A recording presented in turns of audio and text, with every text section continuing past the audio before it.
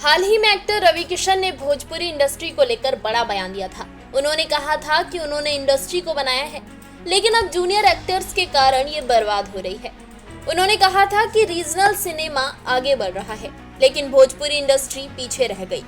अब लोक गायिका नेहा सिंह राठौर ने उनके इस बयान को शेयर करते हुए उन पर तंज कसा है और कहा है कि वो जूनियर से ना जले। नेहा सिंह राठौर ने रवि किशन की तस्वीर के साथ उनका स्टेटमेंट शेयर किया है, जिसमें लिखा है, समय के साथ भोजपुरी सिनेमा अश्लीलता का पर्याय बन गया है। मैं अपने जूनियर से थोड़ा दुखी महसूस करता हूँ। उन्होंने भोजपुरी सिनेमा की प्रतिष्ठा खराब कर दी है।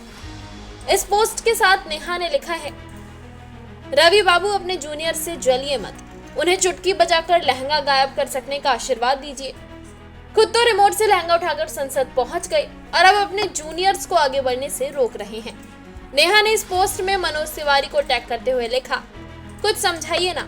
दरअसल रवि किशन का एक काफी मशहूर भोजपुरी गाना है, इसी को लेकर नेहा सिंह राठौर उन पर तंज कस रही हैं। हालांकि रवि इस गाने को लेकर सफाई दे चुके हैं। अब हाल ही में उन्होंने इंडस्ट्री को लेकर जो कहा है वो बताते हैं। रवि किशन ने कहा था कि रीजनल सिनेमा में उछाल देखा गया है, मगर इस मामले में भोजपुरी इंडस्ट्री पीछे रह गई है और उन्होंने इसका कारण भी बताया। रवि किशन ने कहा था, मेरे सभी जूनियर हीरो सिर्फ पैसा कमाना चाहते हैं, निर्देशन या लेखन पर खर्च नहीं करना चाहते। अब उस गति को हासिल करना बहुत मुश्किल है। मैंने इसे नेशनल अवार्ड जीतने की स्थिति में पहुंचा दिया था, लेकिन सभी जूनियर सुपरस्टार्स ने इंडस्ट्री को बर्बाद कर दिया। अब दर्शक उनसे आगे निकल गए हैं, वो सिनेमा घरों में नहीं जा रहे हैं और फिल्में OTT पर शिफ्ट हो रही हैं। उन्होंने कहा, अजय देवगन, अक्षय कुमार और मैंने एक साथ एंट्री की थी, वो सभी आगे बढ़ गए और मैं अकेला पीछे रह गया। फिर मैंने अपनी खुद की भोजपुरी इंडस्ट्री बनाई। मैं एक बड़ी रेस में था, मैं ट्रेंड था, कुछ हद तक मिथुन चक्रवर्ती जैसा दिखता था, लेकिन मुझे कोई मौका नहीं मिल रहा था। उन्होंने आगे कहा, मैं सेकेंड लीड, थर्ड लीड किरदार निभाते निभाते थक गया था। तभी मुझे एक भोजपुरी फिल्म करने का मौका मिला। मैंने इसे इसलिए लिया क्योंकि मैं 8-9 साल तक संघर्ष करने से बहुत निराश हो गया था। उस फिल्म ने मुझे बड़ी सफलता दी और फिर मैंने पीछे मुड़कर कभी नहीं देखा। फिर मुझे बिग बॉस मिला और उस शो ने मुझ पर रीजनल एक्टर का ठप्पा लगा दिया, जो अब लापता लेडीज के साथ धुल गया है।